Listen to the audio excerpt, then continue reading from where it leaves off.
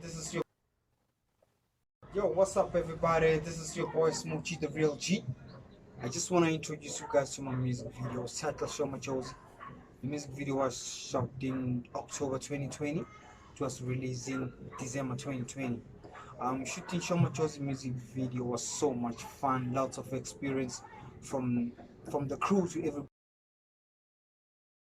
Why the title Show My Josie is that I've been inspired by her lot of work. Shoma Josie herself, she's been doing well. She's now international. So from me, Smoochie, I just want to say thank you for watching Global Sunday. Peace. Oh, smooth records. Yeah, Smooth G the real G. Yellow, yellow, yellow, yellow, yellow, yellow, yellow. She's all my girl, a very pretty girl, my baby girl. Can I be your man? I'm not gonna be that dumb from Guyana you used to date. Me and me gangs, I'm cool and collected, and I know how to treat a lady. Yo, you're the reason why it's Smooth G got switch up the flow. Never baby girl, Josie girl, Shaya, ding dong. No, I got a panda more. I'm gonna buy you the wall. Let's forget about them more. Talking about them. Don't got girl, baby boy, same road, chillin' popo. Never give a F about it, popo. You and I, Namela, N1, go fella, cow, butcher. Is N1, go fella, cow, butcher. Show my Josie, show my Josie, show my Josie, yeah. Show my Josie, show my Josie, show my Josie, yeah. But I'm shy, ding dong. I'm shy, ding dong. But I'm shy, ding dong. I'm shy, ding dong. Show my Josie, show my Josie, show my Josie, yeah. Show my Josie, show my Josie, show my Josie, yeah. But I'm shy, ding dong. I'm shy, ding dong. I'm shy, ding dong. I'm shy, ding dong. Show my Josie, show my Josie. When I'm got un popi, para clagane Josie. Maybe gago pose. Fika kasi tore tu nyana da boise. Show my Josie. When I'm tira koti. Every time when I see your face on my TV screen, I go crazy. Even my woman kakunali Gwala when I write a song about you, baby. But it's too late. The song is done and it's too late. Smooth G, the real G, and you wanna be a G lady. Maya was on board, was on board. Maybe sing like Jordan, was on board. Maya was on board. Maybe sing like Jordan. Try your West and Nandini, when the West and McCool. Show my Josie, show my Josie, show my Josie, yeah. Show my Josie, show my Josie, show my Josie, yeah. But I'm shy, ding dong. I'm shy, ding dong. But I'm shy, ding dong. I'm shy, ding dong. Show my Josie, show my Josie, show my Josie, yeah. Show my Josie, show my Josie, show my Josie, yeah. But I'm shy, ding dong. I'm shy, ding dong. But I'm shy, ding dong. I'm shy, ding dong.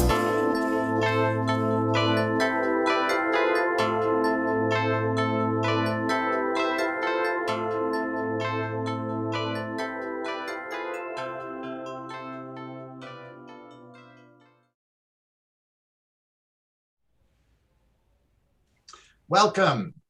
Today is October 17th, 2021, and we are here with part 2 of an episode that we did just a short time ago. But before we get into that and reveal our special guest, I'd like to say welcome everybody on our panel. And how was your week, Claire? Hi. Well, interesting. I'm coming from Melbourne, and I think we're now the most locked down city in the world. So I believe at the end of this week, we'll be coming out of lockdown. So I'm kind of looking forward to that because it's been quite challenging. So last week is in anticipation of the coming week, I guess. Yeah. How about you, Damon? It's been a busy week. I've been teaching music at Portland State University, and we gave the first test. They did pretty well, so I'm happy about that. And then I've been, with the rest of my time, mostly doing artwork for my graphic novel that's online as webcomic, Under the Cloud Summit at underthecloudsummit.com. I might as well throw that out there. That's what I've been busy with. Wait, say that again. Under the Clouds. Under the Cloud Summit. Underthecloudsummit.com. All right, everybody out there in Global Sunday Land, check it out. And how about you, Pipo? Well, thanks. And hello, everybody also out there in the show. It's fantastic. We can have a second part with our guests who's still going to be revealed. My week has been a mix, like always. It's like having a sandwich and you have a double cheese, different kinds of cheese, and you have some meat and some extras, and sometimes peanut butter inside and marmalade. You know, like it comes with about almost anything you can imagine. I wanted to travel to Austria, which I couldn't because I was sick, because I went to a performance in an unheated industrial hall. However, it was a big pleasure to see this premiere. And so I've been working on a podcast and an editing, a new project. I've looked at beautiful Buto choreographers, German actors, and things like that. Luckily, I can work in Cologne's library again. So I had an introduction to a 3D printer this week, amongst other things. So is that really you, or are you a 3D print of yourself? Well, as you see, it's still, those printers don't work pretty well. So yes, that's me. Okay, so you know, I had a week of travel, and you know, have been taking care of business. We're getting ready, as we, you know, every week, which is like, okay, we're going to come out of this lockdown. We're going to come out of COVID. We're going to start everything. Got to get ready. It's now for 2 years. So I don't know. But Pipo, I believe you're going to walk us into our first video. Well, sounds like you have been in one of those time traveling machines. Back to the future. Well, here is our first featured video of this episode, and we'll see you at the other end. There's only one, right? Yeah. The other.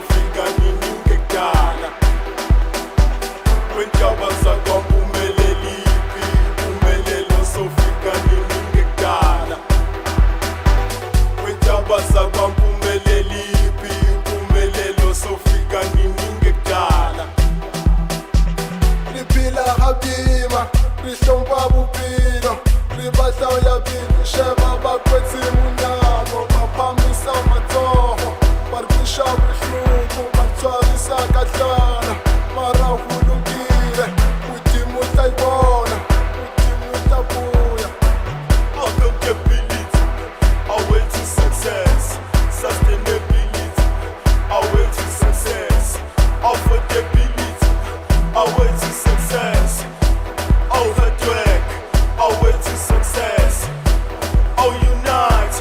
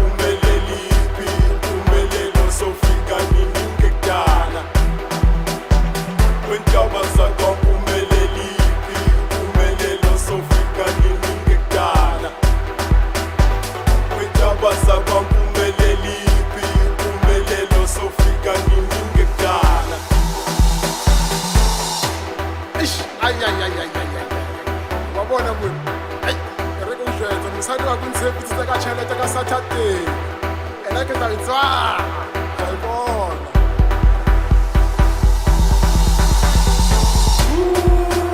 bayadika masibona senza bathi masenzeni kawuvana ucango sithi umnyambulo omnandi umkhumazelo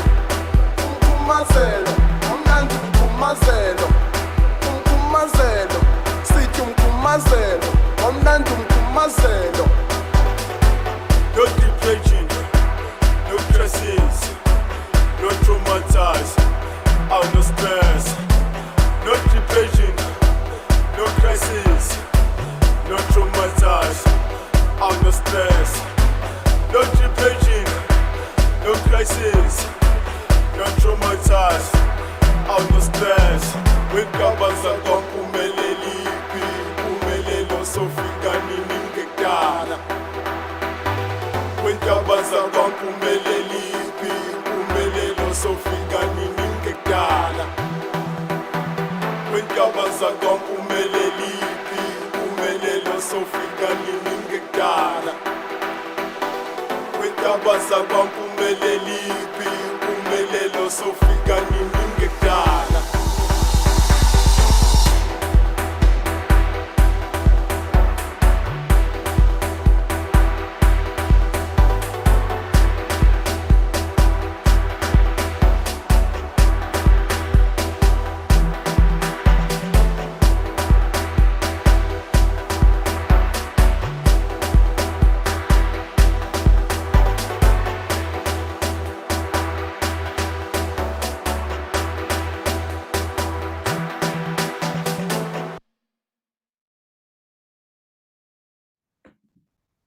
Welcome back. Well, it is time to reveal our guests. And what I did not do at the beginning of the show was I did not introduce our panel. I'm so sorry. Now, our loyal audience out there around the world knows who we are. But we have Claire Larman, a very prominent actress from Australia who has done work also internationally.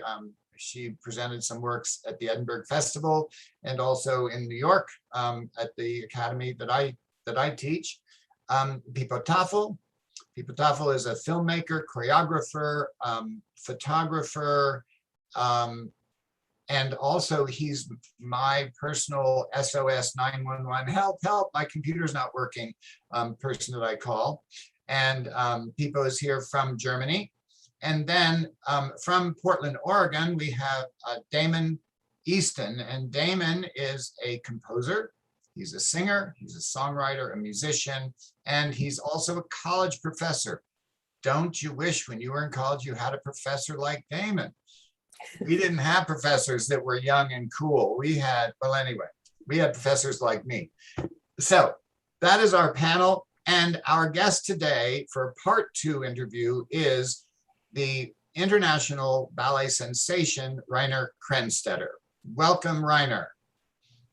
Hello.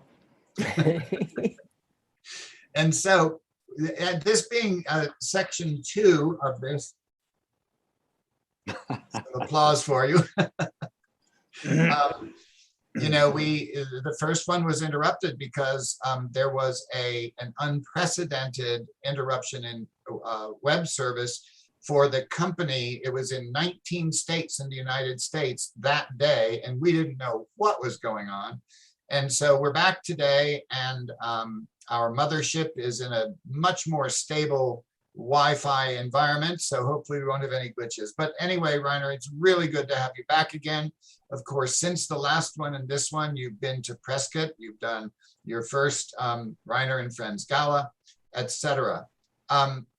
I'm going to go right into our questions. We've got a lot of questions for you today, not because there are rumors about you, but because you're an interesting person. My first question is, what achievement has been your greatest success so far in your life? Not just your career, but your whole life. Whoa. Okay, so I must say I did not get those questions, so I could not really prepare, but I think it's much more interesting for the audience, rather me preparing what I want to say. So my biggest achievement in my life, I think, is, my God, what comes first in my head is, I think, keeping friendship, keeping, you know, the relation towards my family, keeping the relation towards my friends on such a high level like it is. Actually, I just, you know, I've traveled the last couple of days, and it's incredible, for example, to have left Europe for such a long time already and still having all my friends there, and it's still on such a strong relation between us, and same with my mother, for example. Or I think that's a big achievement, because nowadays the world is such a fast running thing, and, you know, everyone, nobody writes a card. Actually, I did write Christmas cards already on the plane, so I can get them to Europe, so I can, you know, send them from there. So I'm still like the old tradition, and for me this is very important, and not just emojis sending, you know, hearts and monkeys on each other phones. So I would say I would probably think that, if, you know, because it's not now my career or something, but for having traveled and living outside Vienna for such a long time, which is my home city, Vienna. You know, I left when I was 17, going to London, so it has been a couple of years. I do think that's a huge achievement, and I'm very proud of that, and I'm very thankful towards also my family and my friends. Yeah. It's incredibly important, I think, to keep those connections, Rainer, isn't it? And welcome. It's lovely to see you again. One of my lasting memories of you, Rainer, you're probably going to hate me for this, is when you came off stage in Mackay in Queensland, Australia, and you had just done the most magnificent, it was just wonderful to watch your dancing, and you came off and you were just absolutely heaving and profusely sweating, and it was just like watching this amazing artist and athlete just combined, and this was backstage in the wings, and it was just, I just was standing there, I was gobsmacked. So it's nice to actually see your face that you're not dripping with sweat. So welcome. But yeah, it is. It's incredibly important to be connected with family and friends, because I think they're the glue that keeps us sane. You know, they keep us stuck together. And I think you're right, that's possibly people's greatest achievements, to be able to stay connected.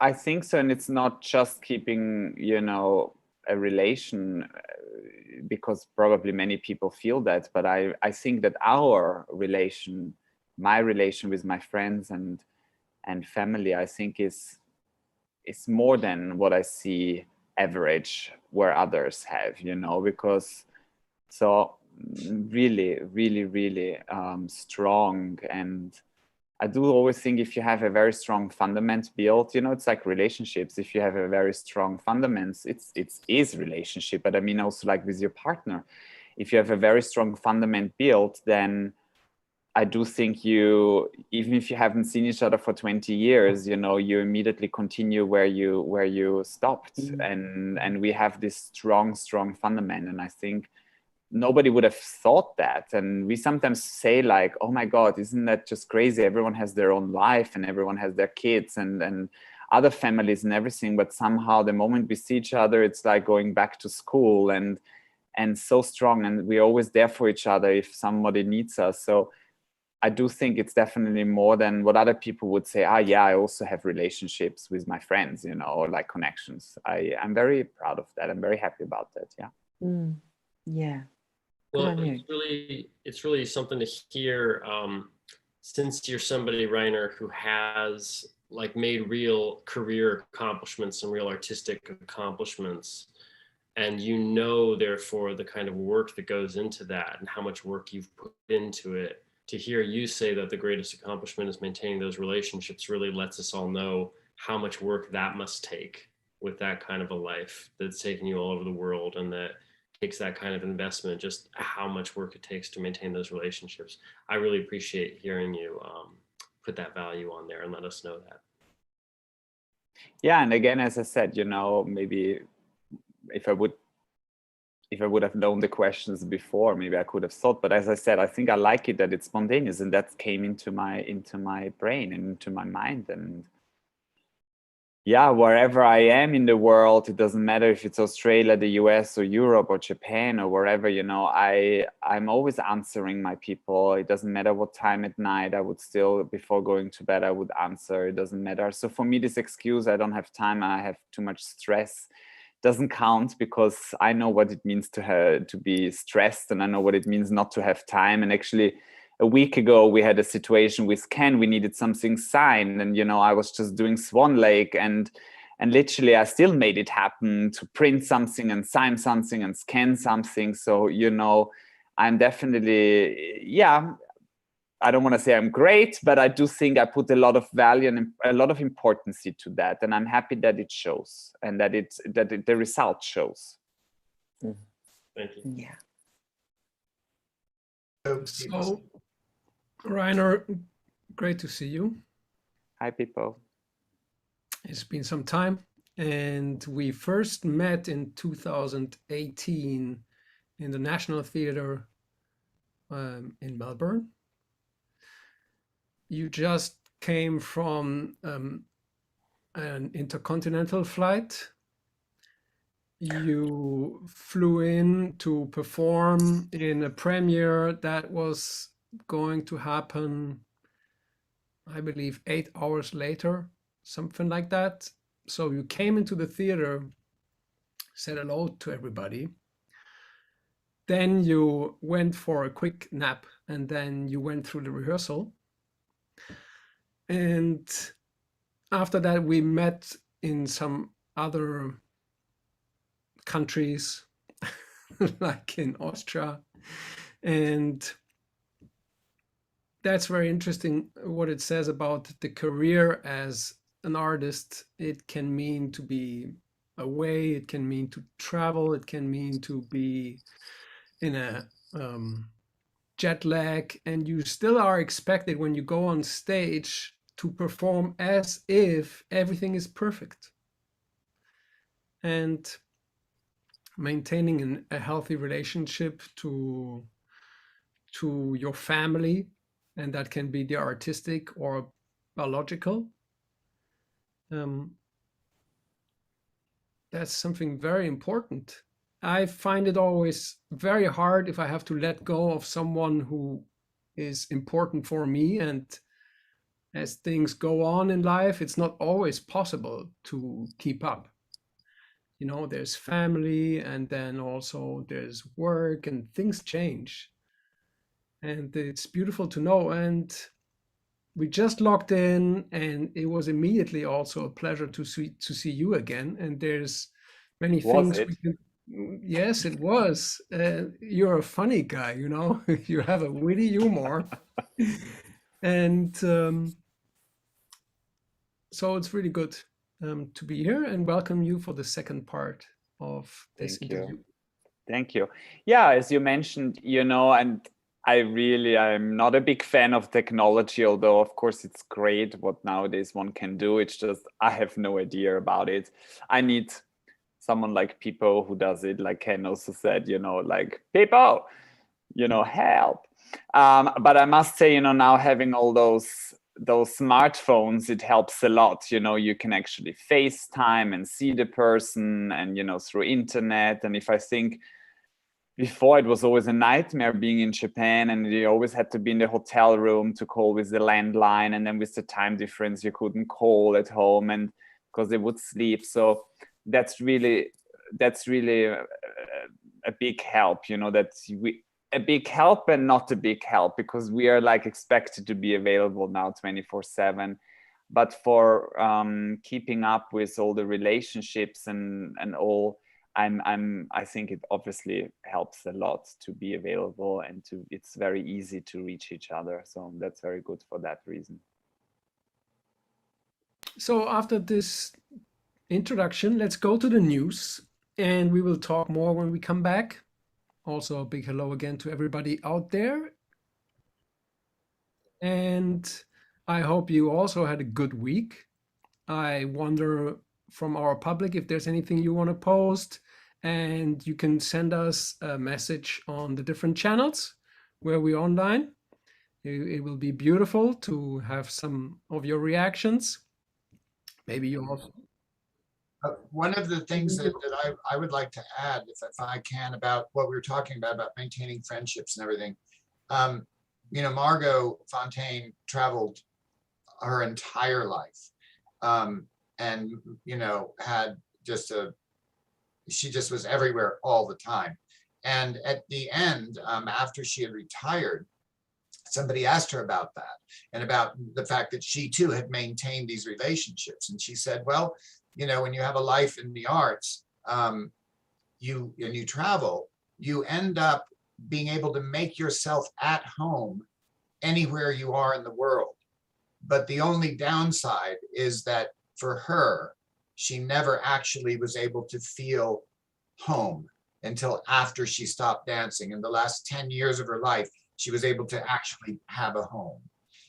And so, but it is true. And I have people that I have known since I was 14 years old, traveling as an artist myself, that we still keep in touch. Although sometimes now I have to keep in touch in front of their gravestone because we're all old now.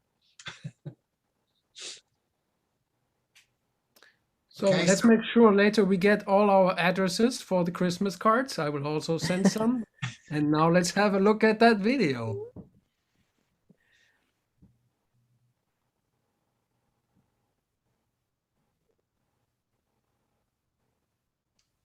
Welcome to the Global Sunday News. I'm Kenneth Ludden, and reporting for GSN. It is October 17th, 2021. For some reason, as the world is still grappling with this terrible pandemic, in the last months, there has been a great increase in the number of people that are being killed.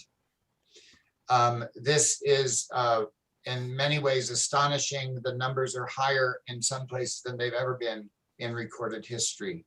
In Haiti, there was a coup that went and assassinated the president, and that has put that country into complete turmoil.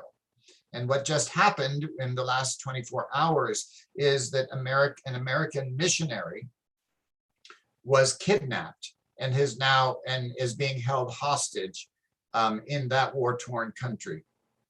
In Great Britain, the British parliamentarian David Ames was killed. And now there is a suspect. The suspect is a man named Ali Harbi Ali, who is from Somalia. They are looking into the possible motive for this murder. Ames was stabbed to death in a very public and violent way. And what they have uncovered is that in the past, before he became a minister, he did work in Somalia, and the work he did in Somalia was very, very unfavorable with members of Mr. Ali's family. In Tunisia, there was a revolution that freed the people of Tunisia, and there was a monument to this revolution. And just in the last days, that monument was desecrated, was pulled down, and no one even reacted to it. And the world press took attention to this because this is the revolution that liberated their country. And in a time that there is a great deal of authoritarianism and nationalism that is taking over politically around the world, it is very unfortunate to report that the monument was vandalized and nobody cared. It was as if the revolution that created their country just faded away and people are no longer particularly interested. In the United States, our infrastructure here has failed yet again. There are new reports of lead-tainted water in Michigan. And if you remember, a few years ago, the tap water that you get in your bathroom or your kitchen in Michigan, you could light it, it would burn. It had so much runoff of fossil fuels from toxic dumping and other inappropriate ways of dealing with industry there. And as that is happening, and as there is a call to make this right, Yet the infrastructure bill that President Biden has put up before Congress is having a lot of trouble getting passed. And it's not having trouble getting passed because people are opposed to improving the infrastructure. It is simply partisan bickering about the number of the final amount of the bill, something that is completely inconsequential. The bill is to take place over 10 years, and even the entire thing, if it were spent in one day, would be less than 1/10 of what is spent on our military. And yet, the infrastructure bill may not pass while the infrastructure in the US is crumbling. And in the final news report today, there are many revelations that are coming about into the inquiry into the January 6th insurrection against the United States government at the Capitol. One of the things that is happening is that the Trump loyalists who are being called in to testify and say what happened, Trump has said that he is declaring executive privilege, and so they don't have to go. Well, the only person in the United States who can use executive privilege is a sitting president. And Trump has proclaimed that he is still the rightful sitting president, even though he lost the election. And so there are now criminal charges being drawn up and sent to a grand jury of these people, in particular, Steve Bannon, who is trying to hide behind the executive privilege. With all of this going on, it is very important for everybody to remember your voice matters. And it's not your voice what you say. What you say does matter. What you write does matter. What you post does matter. But your voice, your example of how you live life, that is what matters the most. We are all suffering under this extended pandemic. There is a great deal of insecurity. But as we learned from a guest in this episode, earlier in this episode, maintaining relationships, taking people seriously, finding time to be with them. If somebody is contacting you and they have a need, take it seriously. Their need is just as important to them as your need is to you. And as we go forward in this difficult time, live a good example. Be trustworthy, be caring, be of service to your fellow, and we will get through this very well. And now we're going to take a break and look at a music video, and we will return to Rainer Krenstetter, our esteemed guest of this episode, at the other side of this broadcast.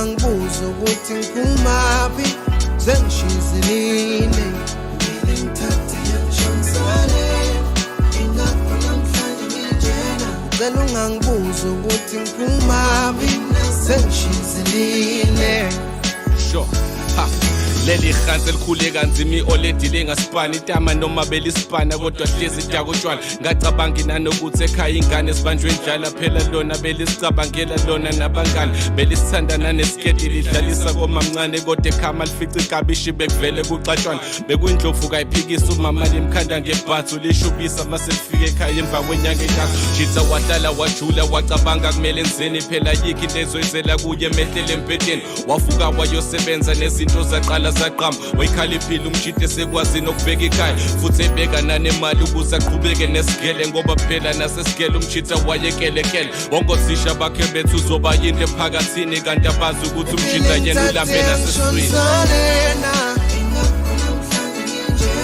cela ungangibuza ukuthi ngiphumaphi sengishizilile empini ngithathe yangishonsolena yeah Cela ungangibuza ukuthi ngiphumaphi sengishizilile.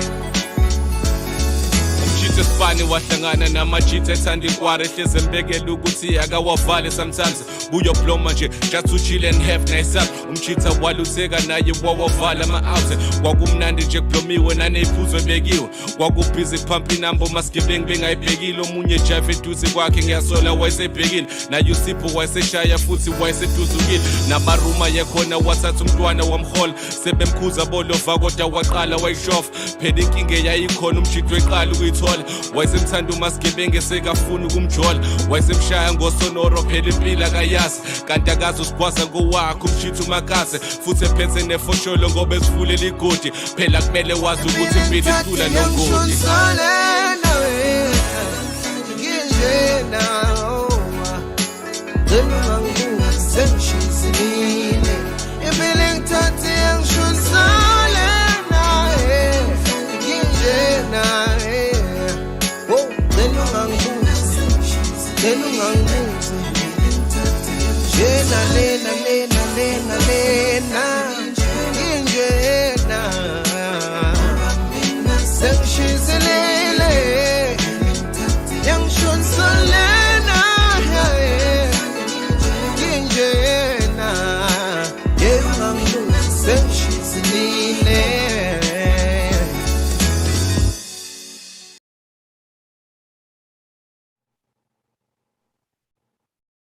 Welcome back to the Global Sunday, today with Rainer Krenstetter, part 2. So, Rainer, we just talked about the greatest achievement in your life. Which one has made you grow the most in your life so far? Oh my God. Which one has made me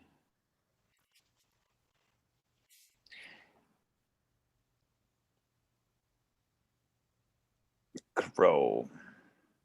I do think so, artistically said, you know, being a professional ballet dancer and having had the luck, because I do think it's also about luck, being at the right time, at the right place. It's not just about your technique or your artistry, you know, it is like a lot of things in life. You also have to have the right person who believes in you and the right match, you know, of direct and all of that. So, and I think I was very lucky throughout my whole career till now that I've met from a very, very early age on till today, somehow people who saw a lot in me and who trusted me. And I think with, you know, going through the different ranks in a classical ballet company, you know, that's a big achievement and that made me grow, obviously. And, you know, it's different if you're called a ballet dancer than if you're a principal dancer. And I'm not now talking about the technical skills. I'm talking about the weight you carry in a performance, or, you know, when you're a guest artist and you fly, I don't know, like you mentioned, for example, from Europe to Australia, and you have to dance the same night after you arrive, and, you know, you have to deliver. So I was growing, I think, a lot with this achievement of my career. And now slowly, although I'm still gonna be actively dancing, but still slowly, you know, I'm going to go to the other side and, you know, being the associate director and you know, also being the artistic director, you know, for a company in Japan. So slowly, and teaching and coaching. So I even grow in that, and even there, like Ken, you know, I found someone 15 years ago, basically, who believed in me, who saw something in me, and this development, you know, brought us where we are now and where I am. So I do think this is artistically said, it is something with, because of my achievement or of my career, I think this growing, I would say, is, yeah.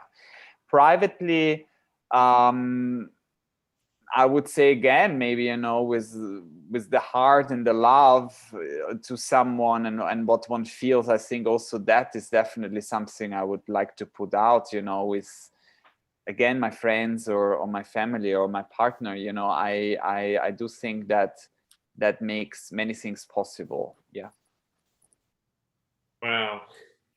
Wow. Well, that really, it says a lot that success can be something that makes you grow a lot. Because I think we all know that challenge and having barriers and adversity and that kind of thing forces us to grow. But success is also a challenge, isn't it? And it makes you grow. And that's really interesting to hear. I wonder, Reiner, what do you feel that a child needs most in this time, growing up? What do they need in order to give them a strong foundation so they can thrive in life? Oh, that's hard because, you know, I think, and I see it, I mean, definitely not what I see nowadays. You put your child in front of the iPad to have a quiet evening at home and quiet dinner. So everything what I remember of my childhood is like together dinner, and you're actually talking about your day, and, you know, having breakfast together and all of that, and quality time and family time and traveling. Like, so I do think, yeah, I can't complain about my childhood. I mean, of course, my parents have both been dancers at the Vienna State Opera Ballet, and actually danced with Fontaine and, you know, Nureyev also. And so I grew up very, you know, but they found somehow the right balance. And I do think that, I don't know, it's really sad to me that many people I hear, they don't have good connections to their families, or like there's sort of a break. And nowadays, success, money and fame is more important than actually. So I hope that this wave will go back again, and, you know, rather not hang on Instagram for 10 hours per day, but actually have a conversation with your beloved ones. And even if you're not an influencer, you know, maybe that's not really the value. But I don't know, sadly at the moment it goes into the wrong direction, in my opinion. You know, it's when my first child was born, it was a surprise, and I was, you know, worried about what was going to happen, and what I was told by very wise people in my life is that the only thing a child needs is love. Other things they must have. You must have food, you must have shelter, obviously, or you can't stay alive. But to be able to develop as a person, they need love. And Margot's mother was very quick to point out, and that doesn't mean just that you give them love, but that they can watch and observe you being loving in life. Because if you have that in childhood, then when the person that can guide you is there, you are able to trust them, you're able to let them in.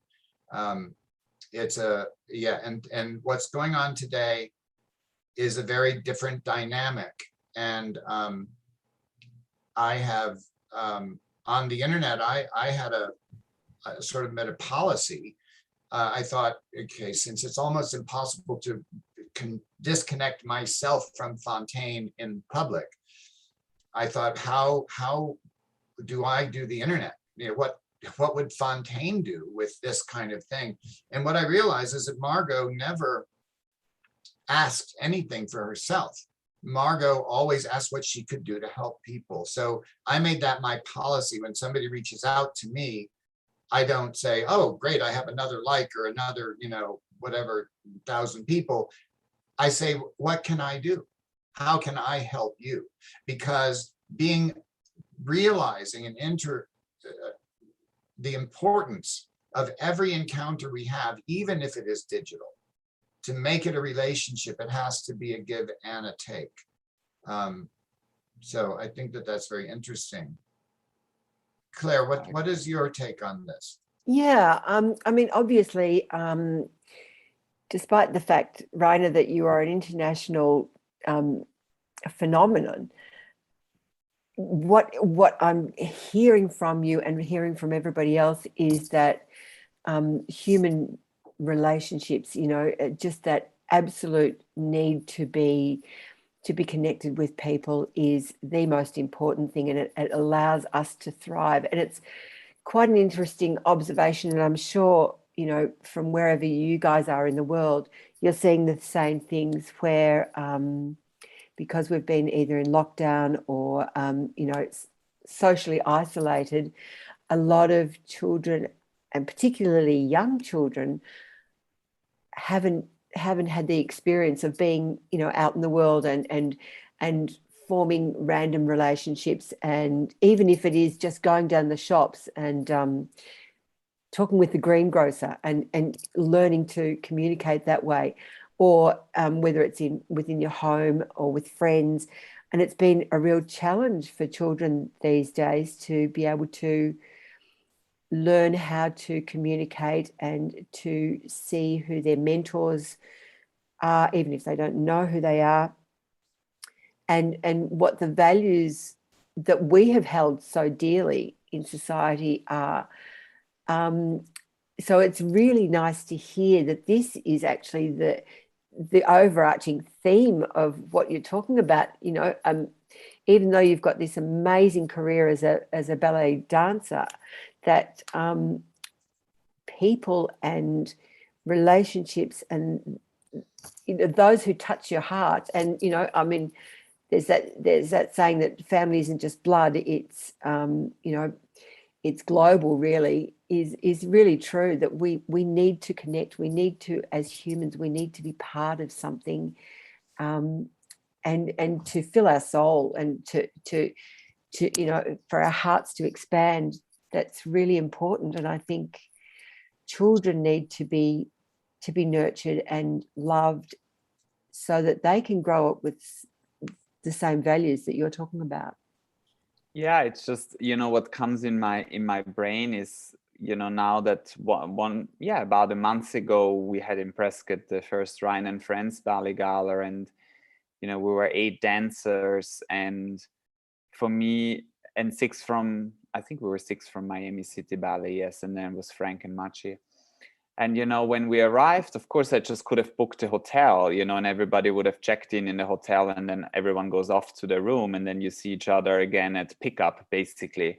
But what I did instead, I actually booked a house with like 6 different bedrooms, and it, you know, just arriving and everyone, you know, looking at it, and then actually the light bulb went off, and then the next morning we all had breakfast in the courtyard, and then after the performance we were all sitting, you know, at the fireplace, and I don't know, those things, and everybody agreed that that was actually such a great idea, because it was not just dancing and performing together, but it was also actually living together. And again, those kind of relationships, and that's, I think, how you maintain them, and how you talk and how you share and spend time together, rather than just like everyone sneaking into their hotel bedroom and having maybe more privacy, if you would want to call it, although still everybody had their own room. But you know what I mean? I think that's just a small thing, and I'm trying to pay attention to those little things, because that's big value to me, to spend time and spend a breakfast or spend a drink after a performance together, and not just sitting in the hotel room again on Instagram or on Facebook. And I guess that those kind of values would also influence how you choose your dancing roles to a degree. Yeah.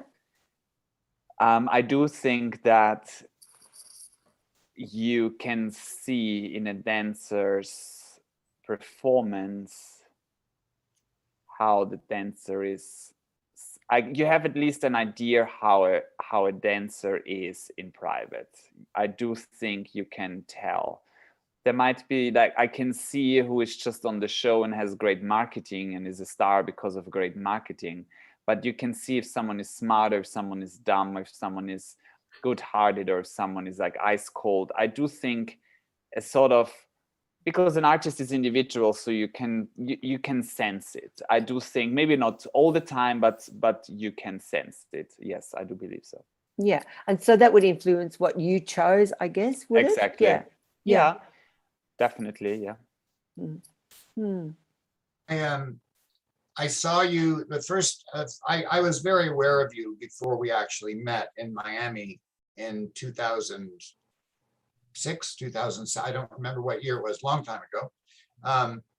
And I knew that you had won the Prix de Lausanne as a young man, and I had been aware of some of your dancing. I remember a video of the Blue Danube waltz that was in this beautiful, beautiful castle, which probably had no heat and all marble floors. It must have been just terrible to dance, but it was gorgeous. It was the parliament in Vienna, yes. In Parliament. Maybe that's what parliaments around the world should be doing now. Instead of parliamenting, they should be dancing. But anyway, but I picked you, you stood out in the group, and it was a very big group of, you know, and I was like, and what made you stand out was a combination of this. You had the stature and the regal bearing that the surroundings and the dance called for, and yet you were having fun. You were dancing. You were, you know, you were a royal person having fun dancing, and you were the only one doing that. And then when I saw you in person, you were doing the part of Pas d'Esclave, which I mentioned in the first first part of this episode. But what I saw in the Pas d'Esclave was that even though your character is sort of presenting this jewel of a princess to be sold to a sultan,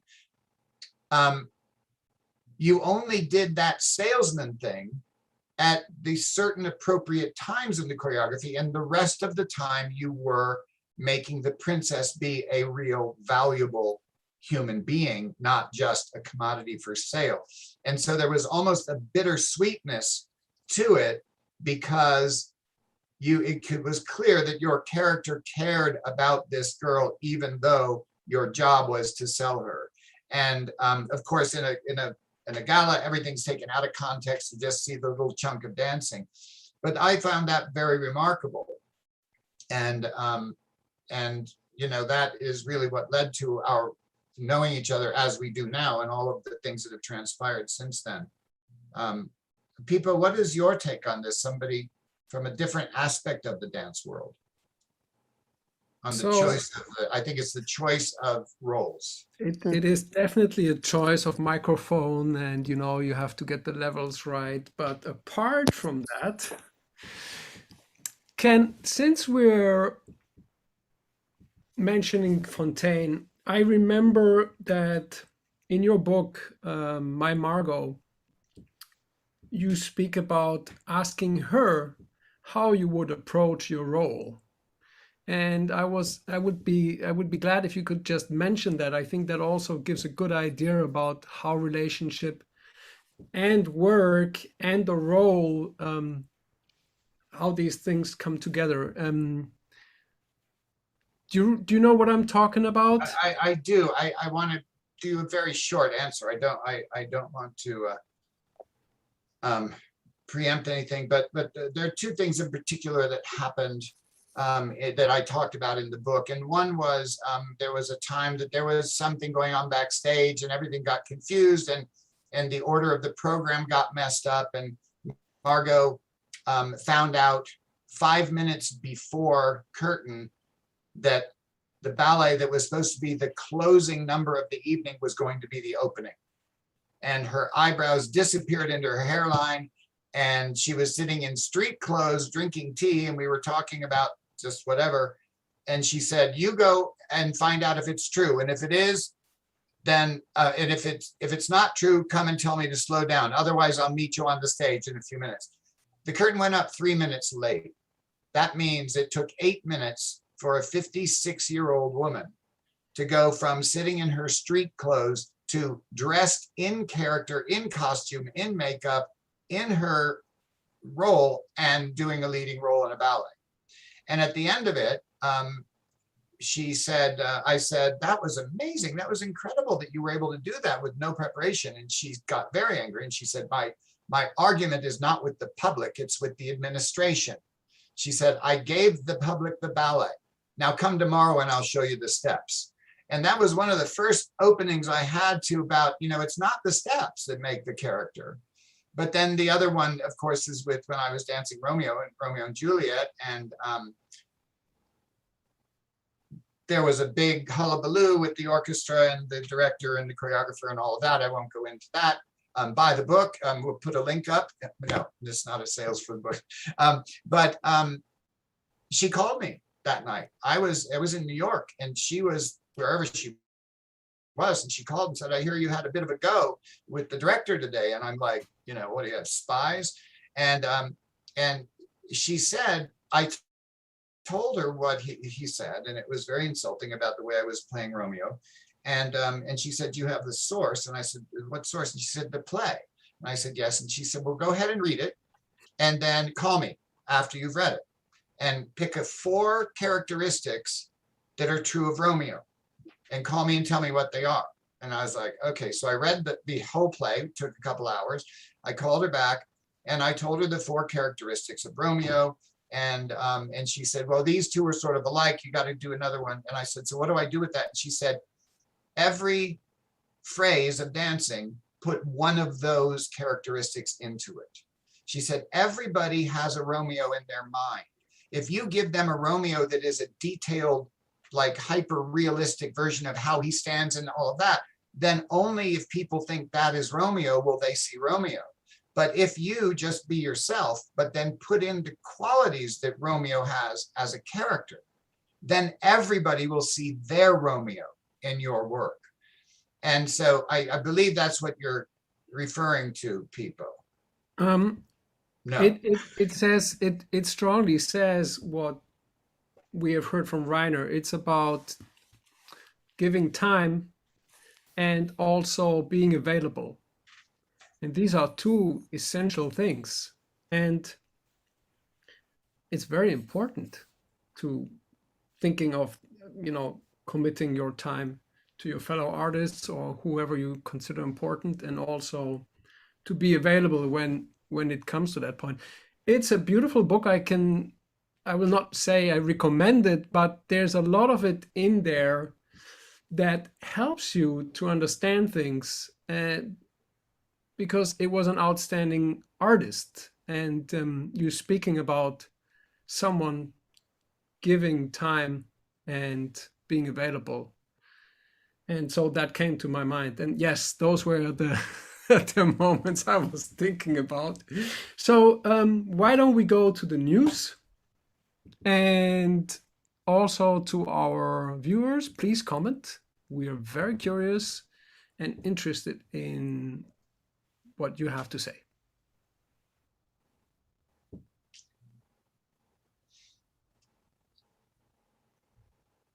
Okay, welcome back to the Global Sunday News. Again, I'm Kenneth Ludden, reporting for TGSN. In our second segment, we traditionally look at the COVID-19 virus and this pandemic. The Delta variant continues to strike younger and younger people. This is very, very important to understand the ways that viruses evolve. At first, it attacked the oldest, the people that had failing health, the people that were had immune systems that were compromised. Now, most of those people have been vaccinated and or exposed and have developed, if they survived the exposure, they've developed some antibodies and have been vaccinated.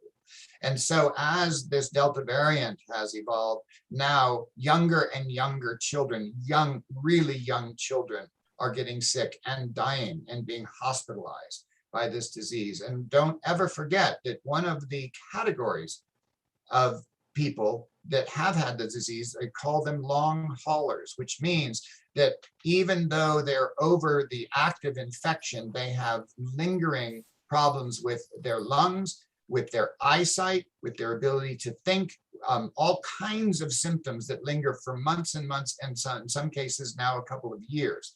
So as it continues to strike, be very, very aware of this and follow your public health rules and safety guidelines. Now, countries who originally lagged behind in vaccines, like Japan, when the United States was at 46% of vaccination, Japan was just at 3%. Well, now Japan is approaching 60%, and the United States is not much farther along than it was with its 46%. Why is this happening? this is because of vaccine hesitancy. There are very many rumors. There is a young man that I've worked with. He's a brilliant future star, and he recently got married. And I asked him if they got vaccinated, and he said no. They're in Latvia, and their doctor told them that if they ever wanted to have children, that they should not have the vaccine. Well, there is absolutely no science that confirms that getting the vaccine has anything to do with fertility in men or women. However, this is one of the rumors. This is one of the things, the false information, the misinformation campaigns that are out there designed to just tear down people's confidence in the science. One of the things that people are getting very confused about is somebody will get a vaccine or they'll have the disease and then something happens in their health. But most of those things, when investigated, would have happened anyway. It had nothing to do with the vaccine or the getting COVID. For instance, if I eat a grilled cheese sandwich and then go and have a car accident, the grilled cheese sandwich did not cause the car accident.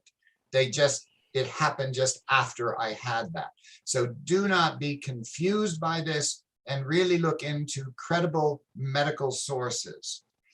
International travel is now opening up again in many places. The United States is now opening its northern and southern borders.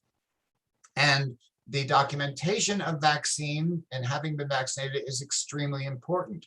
There are, of course, as always, the profiteers who are trying to sell and succeeding in selling false vaccination reports. This is a very serious crime. There are guidelines you can follow. If you have an actual vaccine record, it will have certain logos and certain things said on it that the ones that are false do not have. Check in your local jurisdiction, check what is actually going to be on an official vaccination record, and make sure if someone has provided you an easy one or a cheap one, that it is legitimate. And most of all, get the vaccine. Don't get a card that says you gotten it when you didn't. Now, there is a new treatment for people who have COVID. It is a pill that has been developed. It has been approved for emergency use just this past week. It is not a substitute for vaccine. It makes the symptoms less severe, and it is less likely that a person will be hospitalized, have grave illness, or death as a result. And so it is yet another tool. It does not replace anything that exists. In the United States, this past week, actually just yesterday, now 3 vaccines are approved for a booster shot: the Pfizer vaccine, the Moderna, and the Johnson & Johnson's. All 3 have been unanimously approved for a booster because there is, after an amount of time, as with any vaccine, there is the antibodies lower in the blood, and so they have to be boosted to make sure. And the biggest thing that we're fighting against right now is to prevent the development of yet another, even stronger and more lethal variant of this. Currently, Syria has been inundated with Russian travelers because Russian citizens can travel without a passport to Syria. In Syria, the vaccines are available, other vaccines from around the world. The vaccine, the Sputnik 5, is very low efficacy, about only 44 to 48% efficient when people get that vaccine. So that is something else that is happening from this. And so it is very important to keep up with the news. We will keep you posted as much as we can. And if you want to get more information on this, you can go to Diverse Television. And so now we're going to return to our program with Rainer Krenstetter, and we're going to share with you a documentary film that is being made. This trailer was released on the 102nd birthday celebration of Margot Fonteyn, and this is about his appointment as my successor, as the Fonteyn legacy surrogate, when I stepped down. And also I have appointed him to be the Associate Artistic Director of Margot Fonteyn Academy of Ballet worldwide. So take a look at this and this celebration video.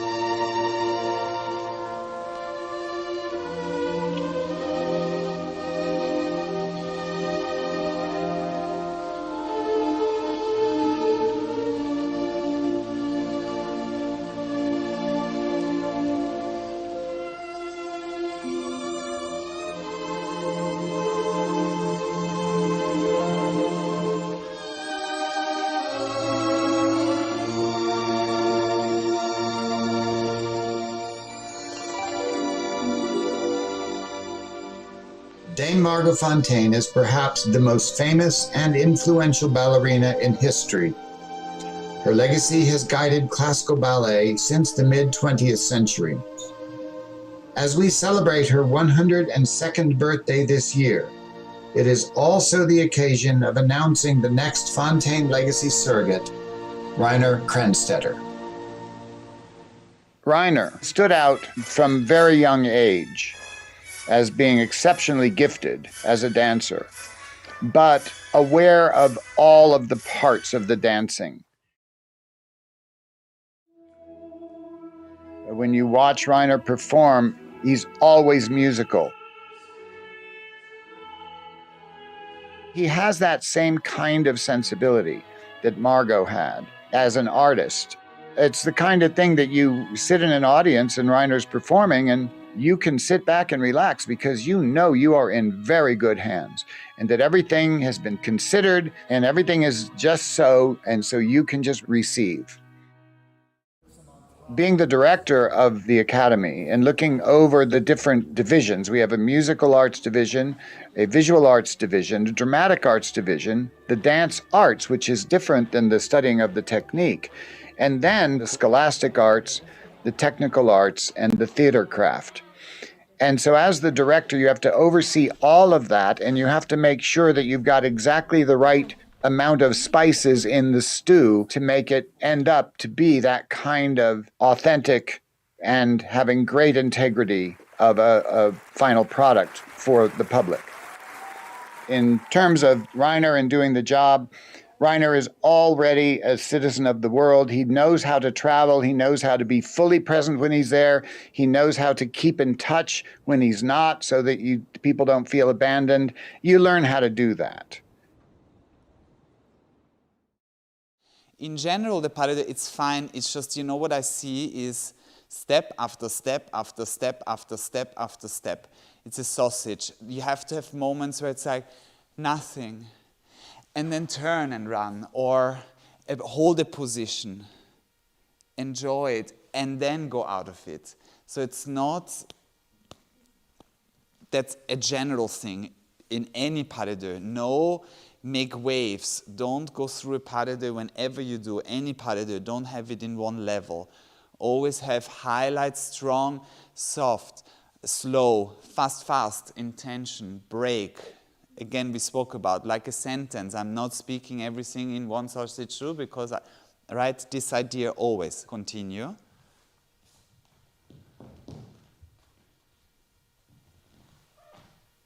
Good. And then he also knows how to respect and celebrate when there are things that others can give him to make enriched in what he does. And I am just thrilled that I can pass on this legacy when it's time to somebody so capable of carrying it forward.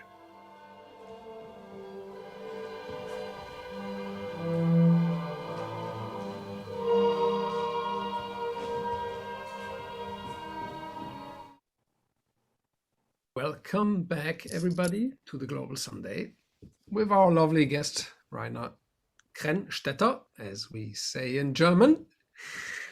who's live with us today from, where are you? In Miami. Miami. I'm speaking from Köln, and I have a question for you. And I'm famous for my questions, so it might take some time. Anyway, how do your partners in dancing influence you in your role? And if I would be able to continue my question, I mean, we Germans love to make long words, but that was it for now. Well, first of all, it was beautiful to see that video again, and actually, you know, having been in Vienna shooting that with people, that was very nice. So to your question, yeah, obviously it's a big,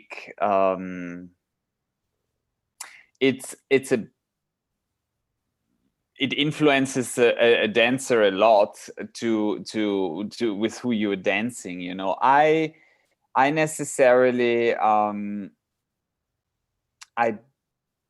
I would lie if I say I have some people, like everyone I like to dance with. No, I would lie. Of course, there are my, you know, with some dancers I prefer to dance, and with some dancers they're not my priority.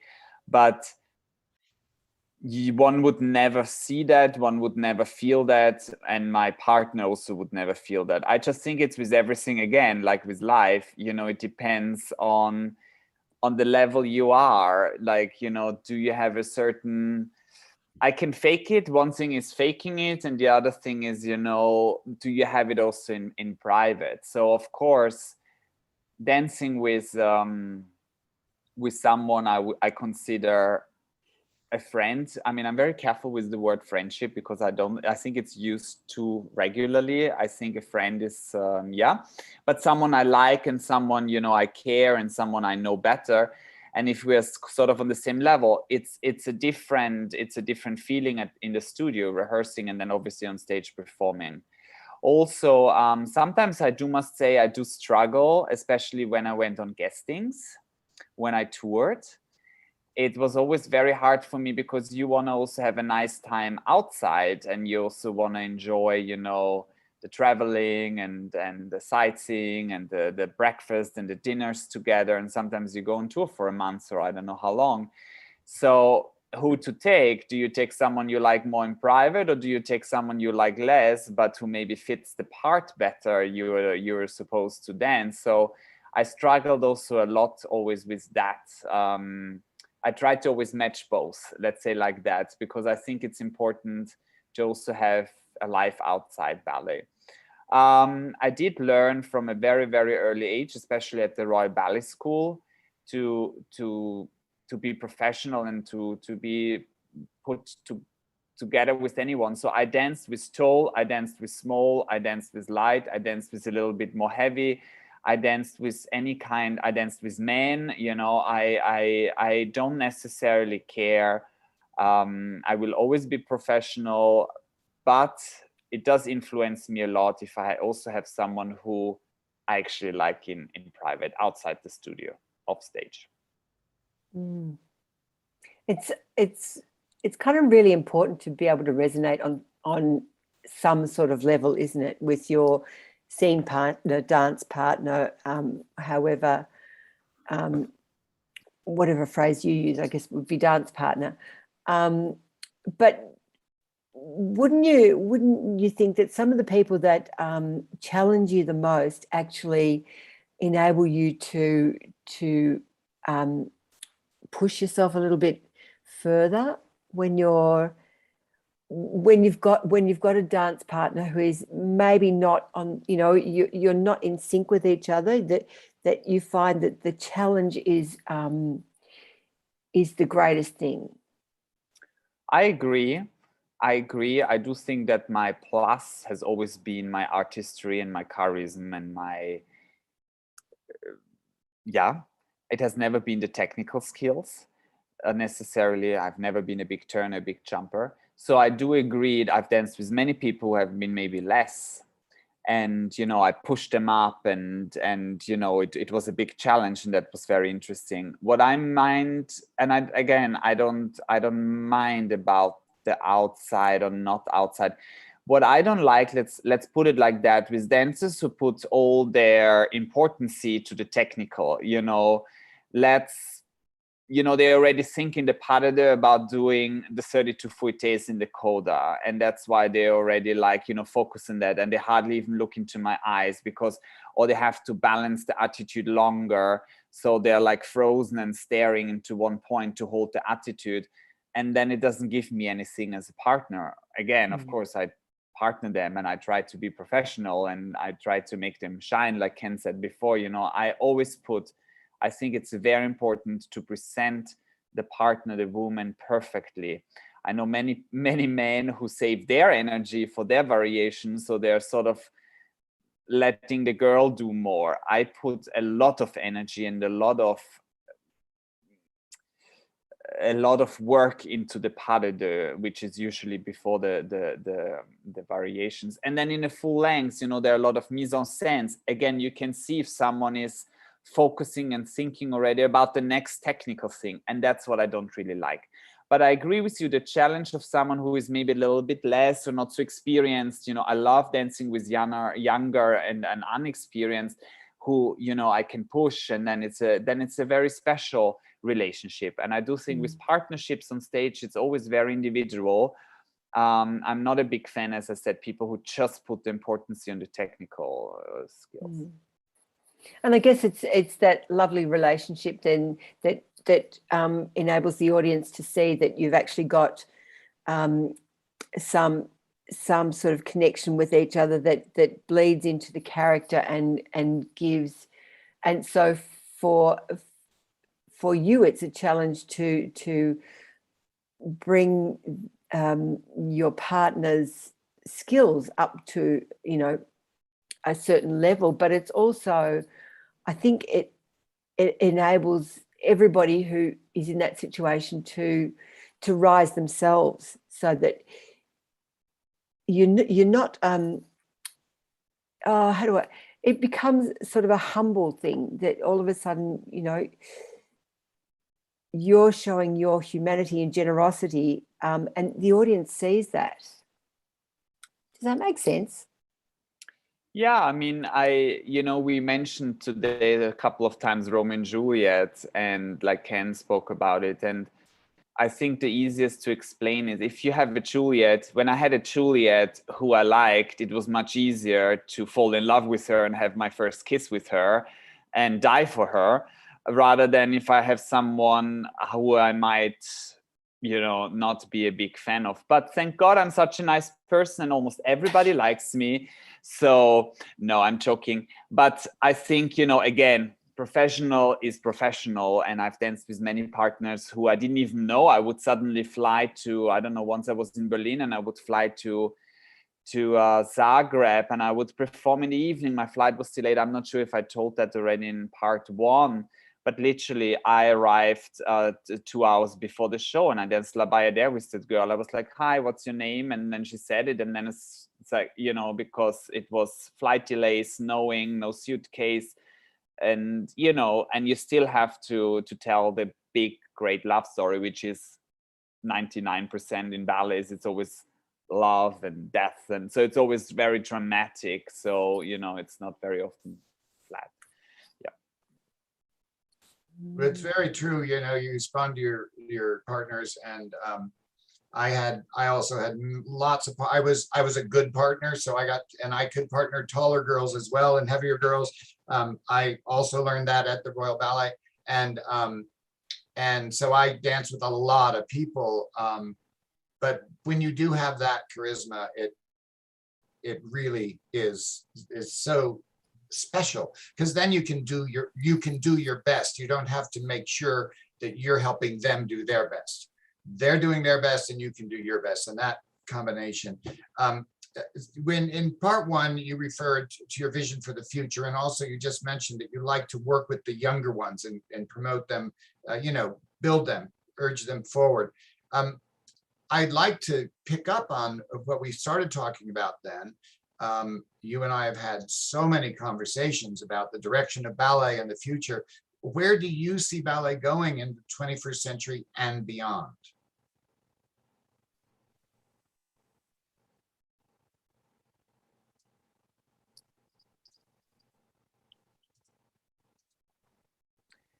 very difficult. And I have to be very careful because, you know, every continent is very different. And I'm referring to, again, to all the social media where people, you know, I see it now doing the Nutcracker, even at the Miami City Ballet, and you have the kids on their cell phones in rehearsal. Whereas when I remember I was a kid doing the kid part, well, there were no cell phones yet, but also I would be so eager to see what the professional dancer would do. And, you know, it's so many things changed. But then also, of course, you have especially all this Me Too and all this harassment and all of that going on, especially now. And it's a big, it's very important, and it's a big struggle though, because, you know, it comes to the point where I see teachers not being able to correct the student or even the professional dancer to say, like, put your inner thighs, stretch your knee, put your popomas up, use your abdominal muscles. And you're not allowed to touch this anymore because otherwise you immediately get sued. So, you know, whereas you don't have that in Russia, this didn't arrive, in Asia, this didn't arrive. And, you know, I'm glad it arrives for, of course, the cases which have harassment and, you know, sexually, color, religion, sexual orientation, whatever. I'm very glad. But it somehow mixes a lot into the dance world, into the ballet world as well. And I think we are confronted on a very difficult subject. And I had this 2 years ago where my artistic director, she gave me correction in class, and then she asked me if she can touch my leg to show it to me, to actually feel what she wants me to say. And I said yes. And a week later, it came back in my mind. I was like, and I asked her, I was like, why did you ask me? And she said, well, because I was touching you. And, you know, and I was like, oh my God, this is insane. So, you know, in pas de deux lessons, how do you want to teach periods? How do you want to teach lifts? You know, the famous chair lift where you touch the woman's butt and God knows where you slip. And the same is, so it is very, very difficult, I find. So, and I'm not sure how to, where it goes. Now we are, you know, also many classical ballets are on the blacklist, basically, because they play, you know, they have slaves, they have people of colors inside their ballets. Suddenly the Paris Opera Ballet can't perform certain ballets anymore. All the big companies are cutting ballets like La Bayadère. So very difficult as well, because I mean, it's not just in the ballet world, it's everywhere. You know, you have it at play, you have it at music, you have it at composers, you know, you have it everywhere. The history, the past is the past, and now we're different times. And, you know, I'm very honest. Again, if someone is doing something bad and something wrong, yes, this is wrong, and this should be, you know, going into court and whatever, going into jail. But on the other side, I do think and I stay for this opinion. I do think that we talk now about classical ballet. There is a tradition. I find that the tradition has to last, and I'm gonna fight as much as I can for that. I'm not forgetting that we are in the 21st century, but I will adapt to it, but I will not give up on it. And there is the past, and there is this treasure. You cannot just forget about it and let's all just do contemporary new choreographies. That's my opinion, and I will be very careful, of course, and I am already. But I also do think that you have to give on the knowledge. And I also always thought, as an artist, I loved being a peasant, a king, a queen, gay, straight, marrying this, kissing that one, being colored blue, being colored pink. You know, I always thought that was the fun part. So it's very hard for me that some people complain, why do they have to have, you know, a classical romantic hairstyle, because it's not what they want, and they feel racist if they have to do that, and they feel not being themselves. So I don't want to go further into that because I think it would need its own show to really go further into that. But as I say, I think I'm definitely someone who wants to keep the tradition up and who will be very careful and who will follow that. But considering, of course, where we are and the people who do horrible things, yes, I'm very happy that we have all this awareness now of all the different, everyone should be what they want to be and should live their life how they want to live their life. But I do think, especially in theater, it's not about your life, it's about being Romeo and Juliet. Or it's about being the swan. So it's not necessarily you. It's incredibly hard to navigate at the moment, isn't it? And I think we all want to honour the fact that there have been some terrible things happening.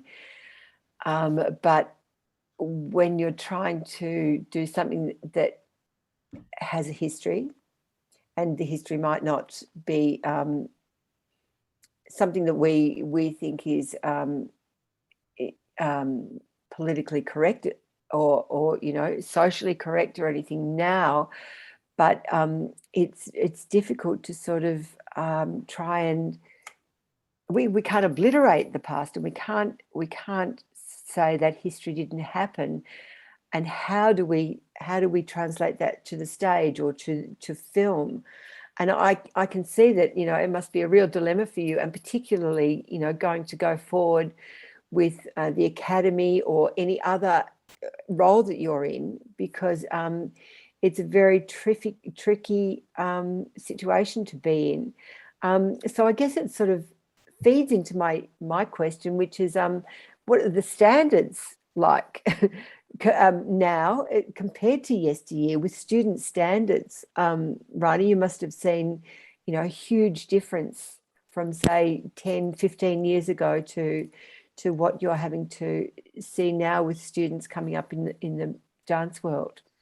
Yeah, I mean, actually, what I just to end that you said it. I'm sorry, English is not my mother tongue, so I do think it's a great thing. Like you say, many things are maybe not politically social correct, and rather to pretend this never happened in the past and we just delete it.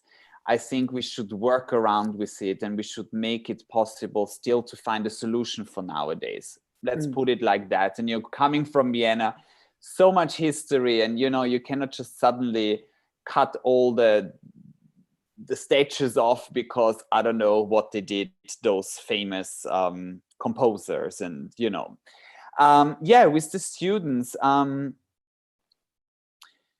again, if you see a lot depending on where you are in the world, again, and you see a lot of depending on how the students are educated from their home, what values are the parents giving. You see that it depends really, for example, having Japan, where the mentality is very, how to say, like, they would never ask, or they would, they're more shy and more held back, and then you have the United States, where people are more like rebellions, not in a bad way, but just like more open-minded, more outgoing. So there is a big difference, of course, where you are in which part of the world. As I said, I'm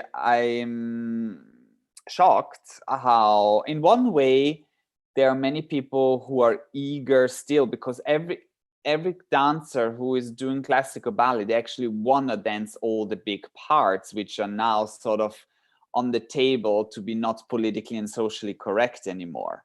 But that's why you want to do ballet in general. You want to be, Nikia, you want to be the swan queen, and you want to look like a swan. But then we're talking about, we can't color your skin anymore white. And, but they have this image because that's why you want to dance, and that's your dream part. When I heard the other day in The Sleeping Beauty, the prince can't kiss the princess anymore because she's sleeping, so she's not conscious. So now now Disney has to change the story of, you know, but you imagine that the prince comes and kisses you and you wake up and you dance this beautiful pas de deux in the Sleeping Beauty. That's why you do ballet, you know, and you have this nice tutu and the tiara on. So yeah, it's very hard. So in one side, you see the dancers, the students wanting that. On the other side, you know, you have, as I mentioned it already sometimes today, about the social media and, you know, everyone just on their phones rather than being in the performances, being in the wings, looking what is the professional dancer of the company then doing, you know. And then, of course, manners. I mean, I remember I had to help the door, whoever came in, and I had to say good morning and good evening. Now you literally get the door smashed into your face very often. But that's, again, I think that's a lot of education coming from home. And from home, but also from your teachers and who, you know, yeah, no food in the studios. You know, people now, they think that the studio is a canteen. A lot of disrespect, I must say. Again, I'm very honest, and I do think a certain discipline and a certain being correct isn't wrong. I grew up like that, and I still do it, you know. And it's not just the students. That's also, maybe it's also the young generation of already professional dancers. Sometimes I'm shocked, you know. I mean, I have usually my own dressing room, but sometimes at galas or even when we go on tour and all the men share and it's the color ball and the principal together, you see some people just dropping their costume and they think that the wardrobe lady, it's her job to bend over and pick it up. I think it's very disrespectful towards the costume of the person who made the costume for hours and hours. But see, also, you don't treat, because you think you are now the dancer and you're something special, you don't treat the lady in the dressing room, you know, something more less. So, but so it's not just students, it's in general generation. But you can't put all in one, you know. There are many people, of course, who are still correct. But let's say the tendency goes more into that. It's me, and then the others. So, yeah. We're gonna be going to our friend's video.